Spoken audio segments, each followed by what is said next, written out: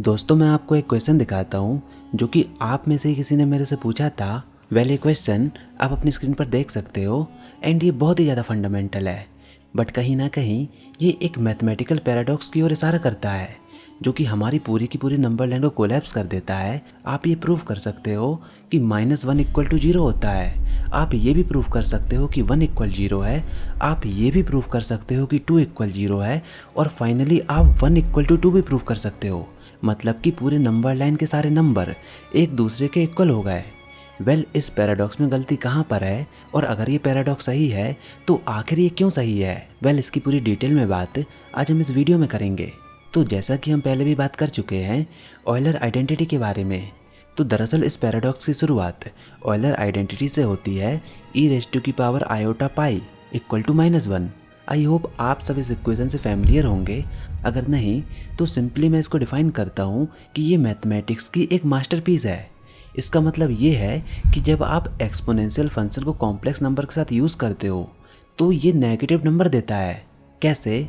Because e⁻i⁴ होता है cos theta plus i sin theta. तो जब थीटा की वैल्यू पाई होती है तो e⁻i⁴ = cos pi plus i sin pi. cos पाई होता है -1 और sin पाई होता है 0, तो इसलिए आंसर हमको मिलता है -1।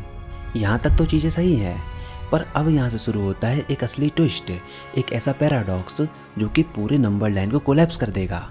अभी देखिए कमेंट सेक्शन में ये जो क्वेश्चन पूछा गया है उसकी स्टार्टिंग इसी आइडेंटिटी से होती है e⁻i⁴ =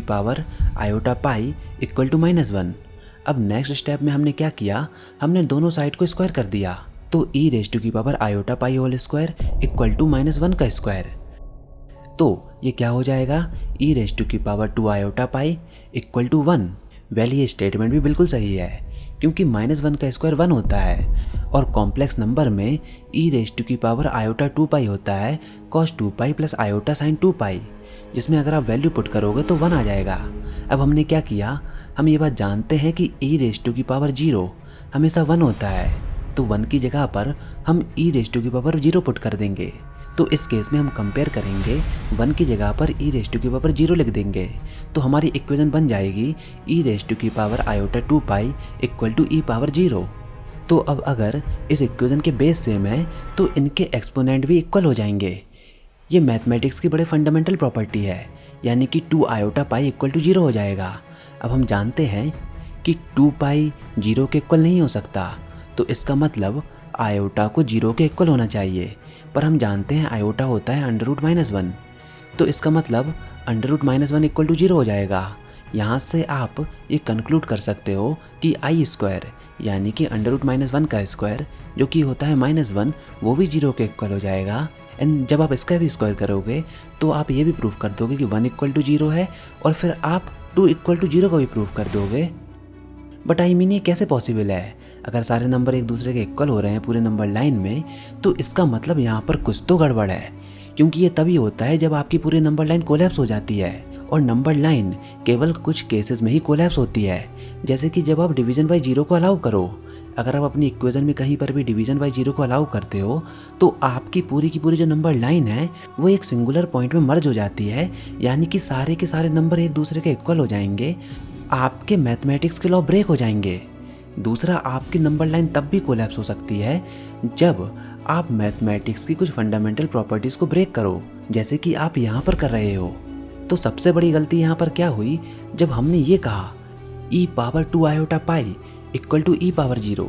ये स्टेटमेंट तो सही है, लेकिन जो हमने यहाँ से कंक्लूजन निकाला कि सिंस इसका बेस सेम है तो एक्सपोनेंट की प्रॉपर्टी ये कहती है कि अगर बेस सेम है तो पावर एक दूसरे के इक्वल हो जाएंगी, यानी 2i⁴ = 0। दरअसल ये स्टेटमेंट गलत है। अभी आप ये कहेंगे कि ये कैसे गलत हो सकता है, ये रूल तो हम बचपन से पढ़ते हुए आ रहे हैं। तो मैं कहूँगा जी हाँ, ये रूल्स तो बिल्कुल सही हैं, लेकिन ये केवल रियल नंबर तक ही सही है। ये रूल्स केवल तब वैलिड होते हैं जब आप रियल नंबर की बात कर रहे हो। अगर आप रियल नंबर की बात करो तो e⁻x = e⁻y अगर है तो x = y हो जाएगा। ये बिल्कुल सही है। लेकिन जब बात कॉम्प्लेक्स नंबर की आती है तो कॉम्प्लेक्स नंबर में एक्सपोनेंशियल फंक्शन एक पेरियोडिक फंक्शन होते हैं, मतलब कि उनकी वैल्यूज रिपीट होती है, लेकिन रियल नंबर के केस में वैल्यूज रिपीट नहीं होती। इसको ऐसे समझिए, जब भी आपके एक्सपोनेंशियल फंक्शन में रियल वैल्यूज़ हैं तो क्या होगा कि आपका वो फंक्शन एक्सपोनेंशियली ग्रो करेगा, उसकी वैल्यू लगातार बढ़ती रहेगी। मतलब कि e पावर x की वैल्यू कभी भी रिपीट नहीं होगी, उसकी वैल्यू हमेशा ही बढ़ेगी। लेकिन जब आप एक्सपोनेंशियल फंक्शन में कॉम्प्लेक्स नंबर का मल्टीप्लाई कर दो, यानी कि आयोटा का मल्टीप्लाई करते हो, तो आप ये पाते हो कि पहले जो फंक्शन आपका एक्सपोनेंशियली ग्रो कर रहा था, अब वो एक सर्कुलर पाथ में रोटेट करने लगा। मतलब कि उस फंक्शन में उस कॉम्प्लेक्स नंबर के कारण एक पेरियोडिसिटी आ गई कि उसकी वैल्यूज़ एक सर्कुलर पाथ में बार बार रिपीट करेंगी एक सर्टेन इंटरवल के बाद। दरअसल यहाँ देखिए, कॉम्प्लेक्स नंबर के केस में इसका रूल क्या बन जाता है, e power z equal to e power z plus 2 iota pi के। यहाँ पर के कोई भी इंटीजर हो सकता है। तो दरअसल 2 आयोटा पाई के ये इस फंक्शन की पेरियोडिसिटी को बताता है। तो इसका मतलब जब हम ये कहते हैं कि e power 2 iota pi equal to e power 0, तो इसका मतलब ये नहीं कि 2 आयोटा पाई इक्वल टू 0। तो इसका मतलब है 2 iota pi equal to 0 plus 2 iota pi के। अगर हम के इक्वल टू 1 लेते हैं तो 2 iota pi equal to 2 iota pi. ये स्टेटमेंट बिल्कुल सही है और इससे कन्फर्म भी होता है कि e power 2 iota pi equal to e power 0 equal to 1। लेकिन 2 आयोटा पाई इक्वल टू 0 बोलना गलत है, क्योंकि दरअसल ये स्टेटमेंट पेरियोडिसिटी को इग्नोर कर रही है। दरअसल e पावर 2 आयोटा पाई और e पावर 0 सेम है, क्योंकि e पावर 0 और e पावर 2 आयोटा पाई की सेम वैल्यू है। ये कॉम्प्लेक्स प्लेन में सेम वैल्यूज़ को रिपीट करती है। चलिए इसको एक प्रैक्टिकल एग्जाम्पल से समझते हैं। आप एक क्लॉक को देखो। अभी हम ये जानते हैं कि कॉम्प्लेक्स एक्सपोनेंशियल एक सर्कल में चलते हैं। जैसे कि एक क्लॉक का सेकंड वाला हैंड चलता है, एक फुल रोटेशन के बाद यानी कि 2 पाई के बाद वो वापस से सेम जगह पर आ जाता है। जैसे अगर आप 12 बजे से स्टार्ट करो तो जब आपकी घड़ी 2 पाई रोटेशन यानी कि 360 डिग्री रोटेट हो जाएगी तो वो वापस से 12 बजे ही आ जाएगी। तो ये जो घड़ी में 12 बज रहे हैं, इसको हम मान लेते हैं e पावर 0, जिसकी वैल्यू ऑब्वियसली 1 होती है। अब जब आप 2 पाई रोटेशन करते हो यानी कि एक फुल सर्कल के बाद वापस से 12 बज जाएंगे, तो इस केस में भी हमारी वैल्यू e पावर 0 के इक्वल हो जाएगी, यानी कि 1 बन जाएगी। ऐसे ही अगर आप एक और सर्कल कंप्लीट करते हो तो फिर से 12 बज जाएंगे, लेकिन इस बार आपकी वैल्यू क्या हो जाएगी, e पावर 4 आयोटा पाई, लेकिन इसकी वैल्यू भी 1 होगी। अब ये बोलना कि e power 2 iota pi equal to e power 0 और इससे ये कंक्लूजन निकालना कि 2 आयोटा पाई इक्वल टू 0, ये बोलना बिल्कुल वैसा ही है कि 2 घंटों के बाद और 0 घंटों के बाद सेम टाइम है, यानी कि 2 घंटे 0 के बराबर है। दरअसल ये स्टेटमेंट ही गलत है। क्यों? क्योंकि क्लॉक रिपीट होती है, वैल्यूज़ तो सेम है, लेकिन उनकी पेरियोडिसिटी अलग है।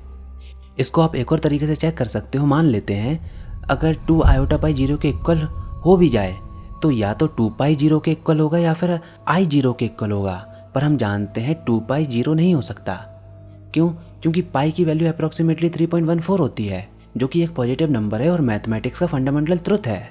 तो क्या इसका मतलब i 0 के इक्वल हो सकता है? तो जवाब है नहीं, क्योंकि आयोटा हम जानते हैं कि उसको डिफाइन किया गया है √-1। तो √-1 0 के इक्वल कैसे हो सकता है? ये तो कॉन्ट्राडिक्शन है। इसलिए यहाँ से भी आप ये देख सकते हो कि 2 आयोटा पाई 0 के बराबर नहीं हो सकता। तो मतलब हमने गलत अज्यूम किया था कि 2 आयोटा पाई इक्वल टू 0 है। तो यहाँ से हमारा पूरा लॉजिक बिगड़ गया, और जब हम इस लॉजिक का यूज़ करते हैं तो हमको मैथमेटिक्स में काफ़ी वियर्ड रिजल्ट मिलते हैं, जैसे कि 1 इक्वल टू 2। इसका मतलब कहीं ना कहीं हमारे लॉजिक में गलती थी, और वो मिस्टेक क्या थी कि हम कॉम्प्लेक्स एक्सपोनेंट्स की पीरियोडिसिटी को इग्नोर कर रहे थे। हम कॉम्प्लेक्स नंबर के ऊपर रियल नंबर की प्रॉपर्टी लगा रहे थे। इसलिए मैं हर बार आपसे कहता हूँ कि कॉम्प्लेक्स नंबर असल में काफ़ी ज़्यादा ब्यूटीफुल है। आपको उनके साथ डील करते वक्त बहुत ज़्यादा केयरफुल होना होगा, और अगर आप केयरफुल नहीं रहेंगे तो आपको मैथमेटिक्स में ऐसे ही पैराडॉक्सेस नज़र आते रहेंगे। और ई का ये बिहेवियर इटसेल्फ काफ़ी अमेजिंग है। आप देख रहे हो ना, जब ई पावर में इमेजिनरी नंबर नहीं होता तो उसमें वैल्यूज़ कभी भी रिपीट नहीं होंगी। वैल्यूज़ लगातार बढ़ती रहेंगी, एक्सपोनेंशियली ग्रो करती रहेंगी इन्फिनिटी तक। लेकिन केवल एक इमेजिनरी नंबर का मल्टीप्लाई करने पर वैल्यूज़ रिपीट होती रहेंगी, जैसे कि क्लॉक में समय रिपीट होता रहता है। सेम वैल्यूज़ का आना ये बिल्कुल भी इम्प्लाई नहीं करता कि पेरियोडिसिटी भी सेम है। जैसे आज 12 बजे हुए हैं घड़ी में, तो कल भी 12 बजेंगे। वैल्यूज़ दोनों में सेम है, लेकिन ये कहना गलत होगा कि समय बीता ही नहीं। तो अगर ये चीज़ गलत है तो 2 आयोटा पाई इक्वल टू 0 कहना भी गलत है, अनटिल और अनलेस आप पेरियोडिसिटी को कंसीडर नहीं करते।